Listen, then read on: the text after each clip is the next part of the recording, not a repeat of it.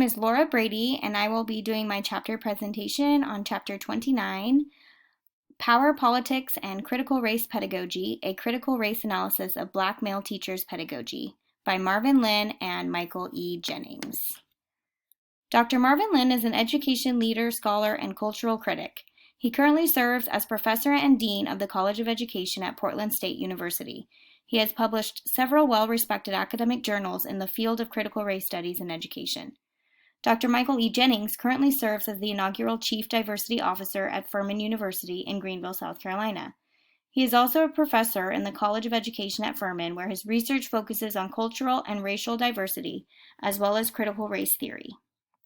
The purpose of this article is to provide insight on the history of critical race pedagogy and how the pedagogy of African American male teachers today is influenced and transformed by these ideas.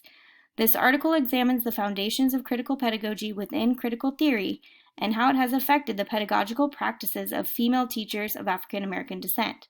More specifically, it analyzes male teachers of African American descent and how critical pedagogy empowers and promotes changes to societal constructs of African American culture within their classrooms. What is critical pedagogy?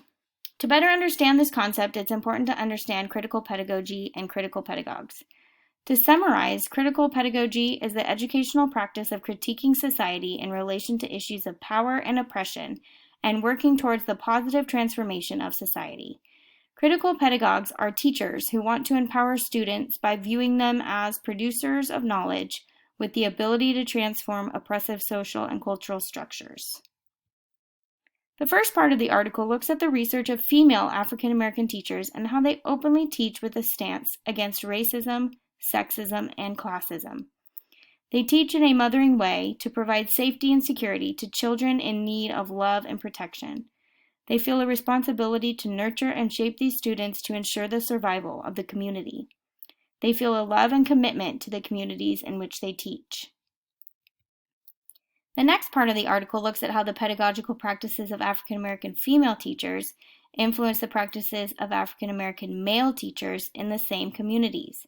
It discusses critical race theory as a framework for questioning what it means to be a male teacher of African American descent and how these teachers can challenge systems of race, gender, and class domination. The article continues on to examine a study of two different African American teachers who were committed to helping children develop a critical consciousness as well as academic success. One teacher, Mr. Teranishi, was a 7th and 8th grade math teacher. The other teacher, Mr. Green, was a high school economics teacher.